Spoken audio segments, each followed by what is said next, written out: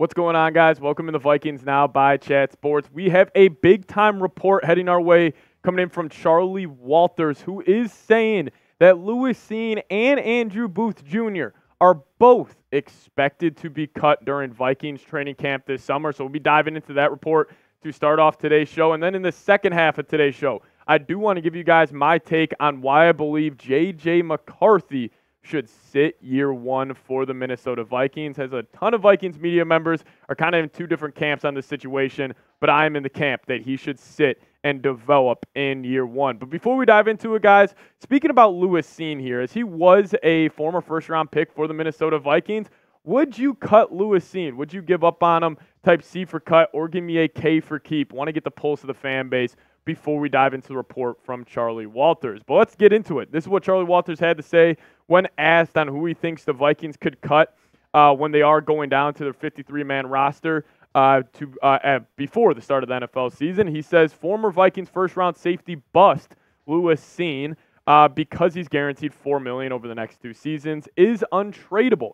It's likely he will get waived in training camp. If a team were to claim him, it would be responsible for the $4 million. Now, he also said this about Andrew Booth. He said after clearing waivers, some team might be willing to sign him as a free agent. And then also a second-round pick, cornerback Andrew Booth, who is guaranteed $900,000 next season, seems close to being done as a Viking. Let's start off with Lewis Cine and see why he could be cut from Minnesota. I think the number one reason here is, the safety room is just flat out loaded for the Vikings. Like, if I have to actually pick what room I think has the most top-end talent for Minnesota, it's the safety position. Like, Cam Bynum, Josh Meteluss, I love what those guys do. They're extremely versatile. They fit in so very well with what Brian Flores likes to do defensively. And then also Harrison Smith being the veteran. I thought he had a resurgence this past season.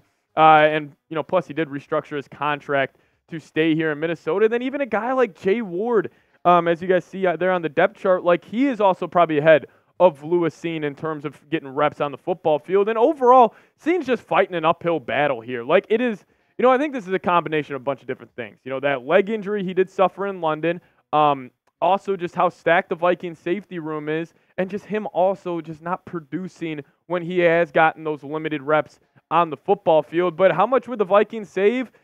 Not too much. They would take on a lot of dead money by cutting Lewis Cine, but his pre-June 1st savings would be $3.6 million.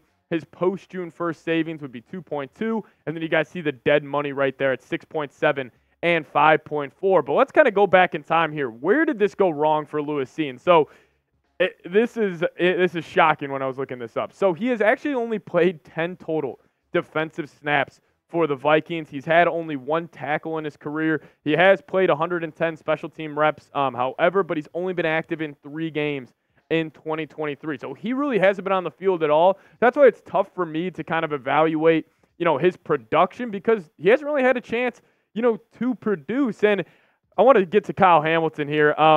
Anytime we talk about Lewis Cine, any single time I think about the Notre Dame safety that the Vikings should have drafted. I remember when I started my podcast in college, I was screaming for the Vikings to take Kyle Hamilton. Obviously, they decided to trade back and get Lewis Cine, but man, could you imagine this secondary if you had Josh Meteluss, Cam Bynum, Harrison Smith, and Kyle Hamilton? That would be one of the best safety groups in the National Football League. But, anytime we talk about Cine, I just think about Hamilton. But let's kick it to Andrew Booth and why he could be cut from this team. So this is how the cornerback group shakes out right now with the main 7 you guys do see on your screen right now in Byron Murphy, Shaq Griffin, Caleb Evans, Mekhi Blackman, Khyree Jackson, Najee Thompson, and Andrew Booth Jr. And, the Vikings wouldn't be saving much if they do cut Booth this summer. Pre-June 1st, only around $300,000. Post-June 1st, $511,000. Then also some dead money thrown in there as well. And this is my take on why Booth will get cut.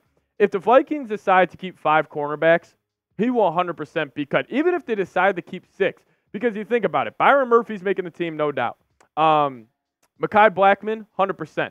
Caleb Evans, 100%. Shaq Griffin, 100%. And then Najee Thompson, how special he is on special teams, he's 100% making it. And then if it comes down to the 6th cornerback spot, I'd lean a guy like Khyree Jackson, who the Vikings took in the 4th round, who is just incredibly, filled with potential. I mean, he comes in at 6'4", 194 pounds, ran a 4.5 40-yard dash, unreal vertical leap at 36.5 inches. And one of his biggest strengths I've seen from him, anytime it's a contested catch with a wide receiver this past season, he has came out on that winning side super aggressive, which also kind of speaks to his biggest weakness. He's super grabby. He was penalized a lot this past season at Oregon.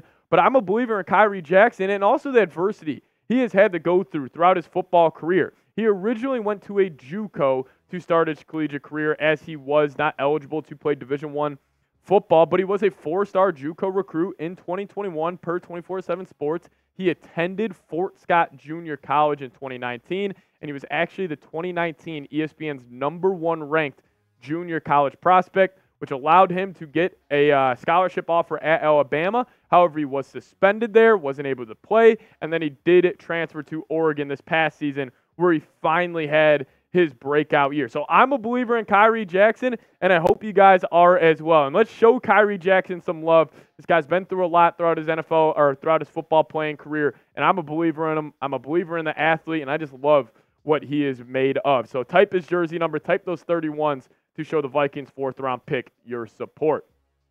But coming up next year on the show, I do want to list out 5 reasons why I do believe J.J. McCarthy should sit year 1 behind Sam Darnold. We'll dive into that in a second. But, hey, if you guys want to get your J.J. McCarthy jerseys, we are the place to do so. Head to chatsports.com/Vikings jersey and get your J.J. McCarthy jersey today. I think this is going to be the hottest jersey in U.S. Bank Stadium for the next couple of seasons. So if you guys want to get one, be rocking that number 9 purple and gold jersey, check out the link, chatsports.com/Vikings jersey, and get your McCarthy jersey today. All right, let's talk about it. Controversial topic amongst Vikings media members and Vikings fans. What should they do with J.J. McCarthy? Should they sit him year 1? I got 5 reasons why I believe he should. But the #1 reason is his age. The dude just turned 21 years old this past January. If he was Michael Penix or Jaden Daniels, where they're 23, 24 years old, I could totally see the argument of wanting to play him right away. But he was the youngest quarterback in this year's draft class. Even if you sit him, let's just say 3 seasons, he would be turning 24 years old heading into his 3rd year. You are in no rush to play him. I think that's the #1 reason why you should, sit him year 1 is just how young he is. And then #2 for me, focus on the weight room. Like, he did come in at the NFL Scouting Combine, 6'2", 6'3", 220 pounds, put on some muscle on that frame. But, this past year in Michigan, he was probably weighing in at around 195, 200, and there's a big difference between being hit by college defensive ends in comparison to NFL defensive ends. I think it would really benefit him a ton if he just filled out his frame a little more. And when you are sitting behind a quarterback and not, fully, the week-to-week starter where you are fully invested in the game plan every single week, you can focus more on the weight room, and I think that would help his development a ton. And then also this, he would be able to fully deep dive into the playbook. We've heard Kirk Cousins talk about the Kevin O'Connell offense, that it is a effort to learn and understand. And I think if you just allow McCarthy, like, if I were the Vikings realistically, I would tell JJ, I don't care what happens this season, you are not starting a football game. So then every single week, week in, week out, he is focused on these 2 things 100%, the weight room and the playbook, where he doesn't even have that pressure in the back of his mind where it's like, oh, if Sam Darnold gets hurt, I'm going in. I need to focus on the game plan.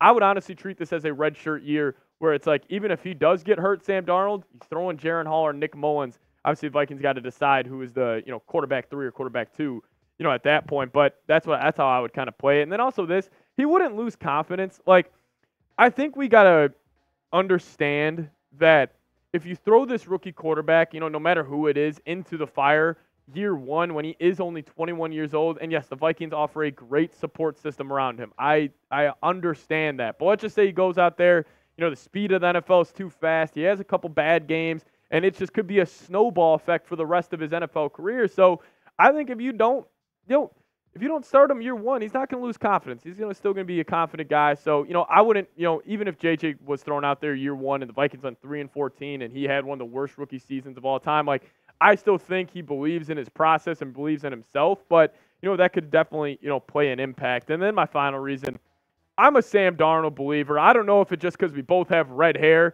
and I'm a believer in the guy, but I really do think he is going to have a good year for the Minnesota Vikings. He has never once had this support system that the Vikings are offering him. He went to the New York Jets. That was a disaster. Carolina Panthers didn't help him at all. And then the San Francisco 49ers just had him as a backup quarterback. I think Sam Darnold's going to turn a lot of heads this season. And, I understand the J.J. McCarthy hype train is, off the rails right now. But I think a lot more people need to start believing in this Sam Darnold as a quarterback, as he is only 26 years old. Keep that in mind. But, hey, maybe you guys disagree with me. Let me know. Who do you think should start week 1? If you're Kevin O'Connell and Kwesi's coming down to you and asking you who you're starting, let me know who you would. Type 9 for JJ or give me a 14 for Sammy D. As always, guys, you guys can give me a follow on Twitter right over there at Pat Siepman. If you guys give me a follow, I'll give you guys a follow back. Would really appreciate it. Tweeting about the Vikings all off season long. See you guys next time. Skol Vikes.